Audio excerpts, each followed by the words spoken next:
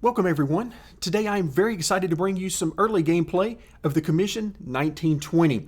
Now while this game is still very early in development and no release date is set as of yet, I am very thankful that the developers 302 Interactive have allowed me to take an early look at the game and share some of that footage with you guys. So keep in mind as we're going throughout today's video that everything that we see and interact with is subject to change. So without further ado, let's head into the game. Our focus in today's video is to get started and take a look at some of the elements of the early game so that you can make decisions on how you want to play the game, make the most money, and ultimately increase your standing with the Commission. So we're going to get started by clicking on New Campaign, where we're greeted with a list of available families. Now each of these families, as I click through them, you can have a chance to read what they focus on, how they like to do business, and that will help you in your decision on which family that you want to choose. My personal favorite is the Donano family, simply because they prefer to operate under the radar. They have strong ties in the political arena, but they're not really outward and brash as some of the other families are about things like conflict. So we're going to choose the Donano family, confirm that, and now we're met with several different options for difficulty, ranging from very easy to insane. And then of course, because this is a very early version of the game, we also have a debug mode here. So very easy mode. We start with quite a bit of money to invest into the different neighborhoods. And also probably the biggest advantage we'll have is that the enemies will avoid any confrontation. So that means they're basically going to leave us alone and let us do our own thing. For our purposes today, we're going to choose the easy mode, which is very similar to the very easy mode, but in this case, the enemies will avoid any unnecessary conflict. So that should work perfectly for what we want to do. I'm going to click on confirm, and very quickly, we're going to find ourselves met with the game map. Now for just a moment, I'm going to move a lot of the information to the side so that we can focus on the map. The city of New Shore has been divided into 5 individual boroughs that we see here on the map. Each of these boroughs has its own unique characteristics as well as the individual neighborhoods within these boroughs. And these characteristics are what going to determine which of the rackets that we have available to us will make the most money and ultimately be the most successful in each of these areas. As an example, let's scroll into Dryer Square and take a look at some of the neighborhoods that are available. As we use our mouse wheel and scroll in just a little bit, you can now see all of the different neighborhoods that exist within Dryer Square as well as some of the surrounding boroughs. We're going to select Shore Bay, click there, and this will give us access to a ton of very useful and important information. Starting on the left-hand side of the screen, the vital information of heat. How much heat is currently in this neighborhood? This number will vary from 0 to 100 based on the amount of rackets that are being conducted in this neighborhood. And that's not only the rackets that we choose to invest in, but our competition, the other families as well. So a very important piece of information to keep track of. Now we do have some options in managing that that we'll take a look at in just a moment, but the higher the level of heat, the more likely it is for someone to become arrested. And if someone becomes arrested and we no longer have a presence in that neighborhood, then we could lose all of the money that we have invested up to this point. So taking a look at Shore Bay, some of the individual characteristics here are it is a very large neighborhood, which means that certain types of rackets operate very well in a large neighborhood. It's also a middle-class neighborhood, letting you know that there is some money available from the families here. And then they also have a couple of favorite types of rackets that will do extra well here. They will actually have bonuses to the amount of money you can make. And that is pleasure rackets as well as gambling. So these are things you're going to want to keep in mind as you're trying to determine which neighborhoods you want to invest in and which ones you want to invest heavily in, while all the time keeping a delicate track of the amount of heat that is being generated here. So right now, there are currently no assignments. This is the area where you would see just how many families have a presence within this particular neighborhood.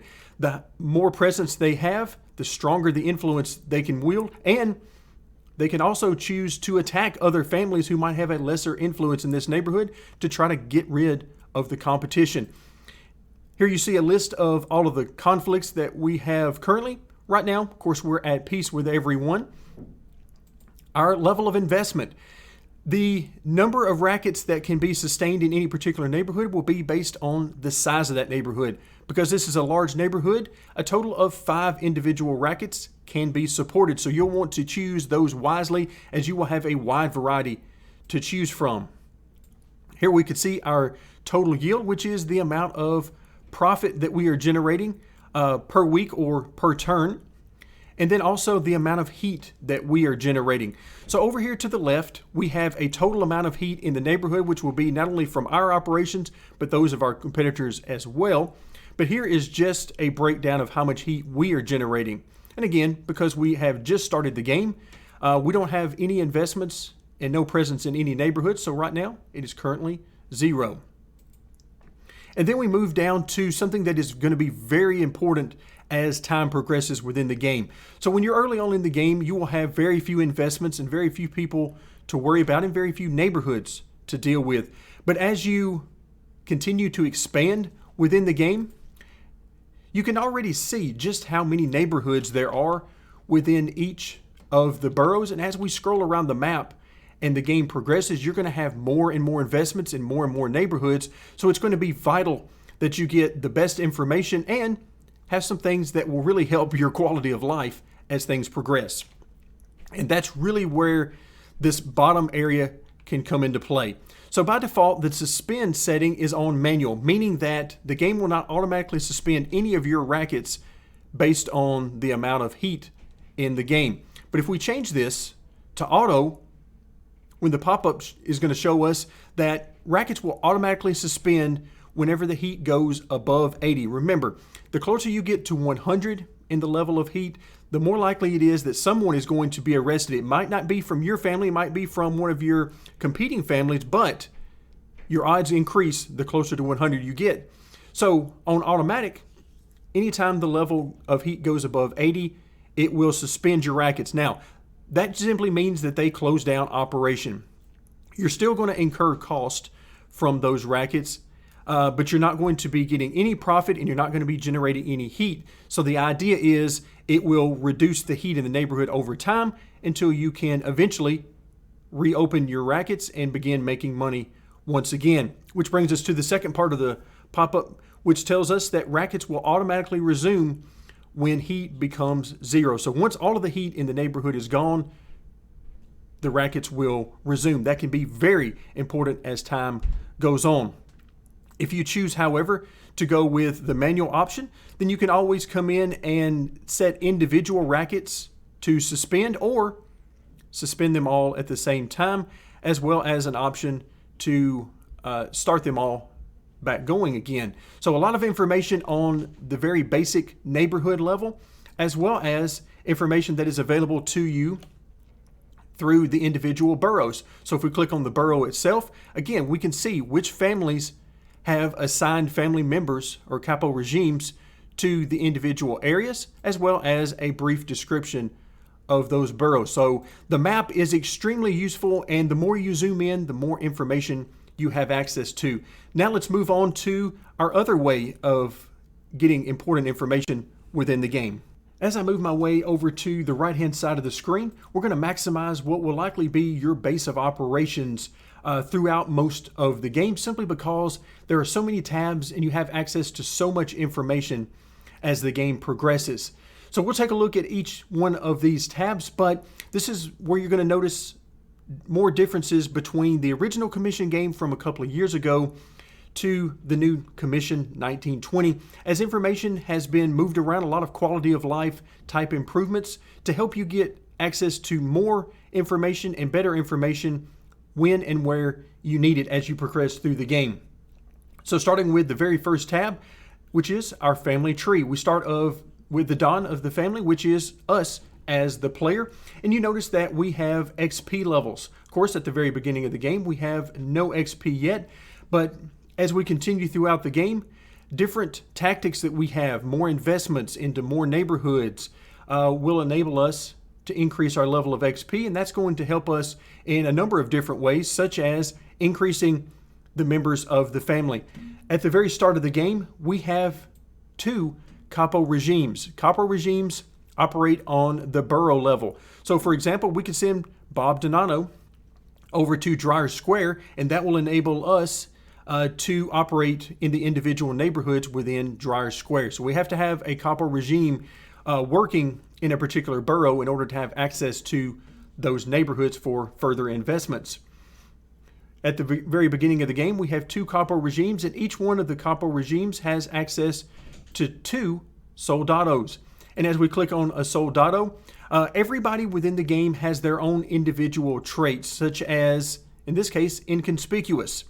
So Al has, in his assigned neighborhood, the ability to decrease heat by 2 if there are no other families in the neighborhood. So if he has no competition, he can really work hard to decrease the amount of heat that we are generating in an individual neighborhood, and that is a huge benefit going along. You'll see individual characters that will have bonuses to profit, bonuses to heat generation, bonuses to the amount of muscle that they can wield within a particular neighborhood. So a lot of different bonuses, which will mean that you'll want to pay particular attention as to the individual family members that you deploy into which areas of the map.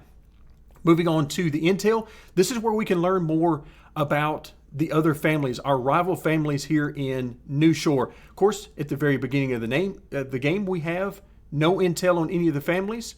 So we're going to need to work throughout the game to increase the amount of intel that we have, that we can then spend on various ways to decrease their influence and, of course, thereby increasing our influence. But as always, anytime you mess with the other families, that can come back to haunt you, so be very careful about dealing with the other families.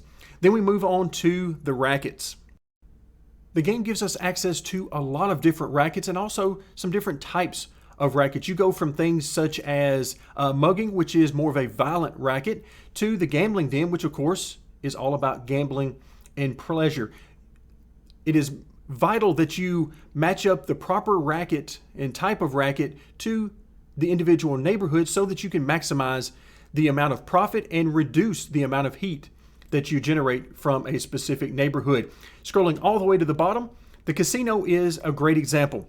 You would only want to invest in a casino in a neighborhood that is very wealthy. The more wealth, the better. And casinos receive bonuses in the wealthiest of neighborhoods. So you'll want to make sure that you pair up the proper racket with the proper type of neighborhood. So as we move on from rackets into the territory area, this is another area where you're going to see some changes from the original commission game, and some changes that I believe are for the better and really going to make your quality of life much easier as you progress through the game. So we're going to see by default each of the different boroughs within the game, and then if we choose to drill down within each borough, we can see what type of a presence, if any, that we have within the individual neighborhoods. For example, cut and place. We see that the rackets, it can only support a maximum of 3 rackets here. It will show us how many rackets are currently operating, as well as how much muscle do we have.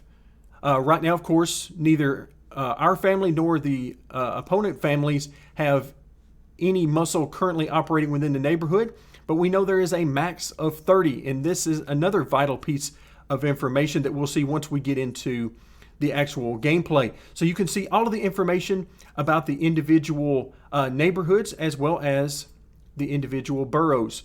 So we can see that Dryer Square, for example, has a total of 10 units that can operate in there in any given time. So at the very beginning, this won't be so much of an issue for you, but as things progress during the game and families branch out into more and more of the boroughs and more of the individual neighborhoods, you'll have to pay close attention as you can imagine, the competition will be more and more fierce over the individual neighborhoods and thus the boroughs. Moving on then to the legal tab. Right now there is nothing going on in here. This is where you'll track anyone that has been arrested and is awaiting trial. So anytime you have somebody who gets arrested from your family or a rival family, it is very important to keep track, as there are ways to gain an upper hand over another family simply by keeping track of who might be arrested and awaiting trial. Then we move on to the political tab. This is where we can use money to gain favor through bribes. So we can bribe the mayor, for example, to gain access to influence such as recruiting associates and also increasing our profits. And then you can see we can also bribe the police chief, district attorney, and the judge. Bribing the judge will get you a trump card, and that trump card can be used to affect anybody you might have who is either on trial or awaiting trial. So the political tab is something that will definitely be very useful as you progress through the game and have more and more interaction with the individual opponent families. Next, let's move over to the commission. So by default, we'll scroll down through, and I believe we're going to be toward the bottom. Again, we are the Donato family. There we go.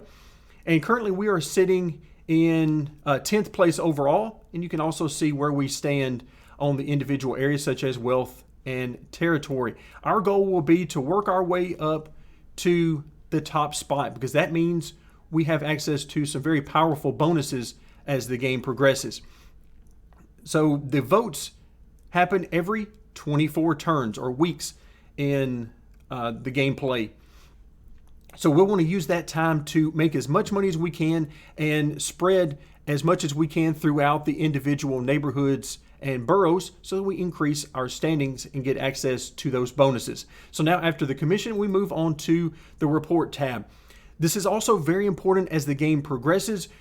Anything that happens, any actions that are happening within the game, such as attacks that might be levied from family to family, or somebody gets arrested, all of that information will show up on the reports tab. And then the very last tab is the debug tab, which of course is only available because this is a very early build of the game. So in today's video, we've come across quite a bit of information and covered it on a very general level. When we come back next time, we'll get into more gameplay and you'll see how all of this information can really be helpful as we start to drill down and make specific choices and actions within the individual boroughs and try to make as much money as we possibly can. So that's going to do it for today. Thank you so much for joining me and stay tuned for more coverage of the Commission 1920.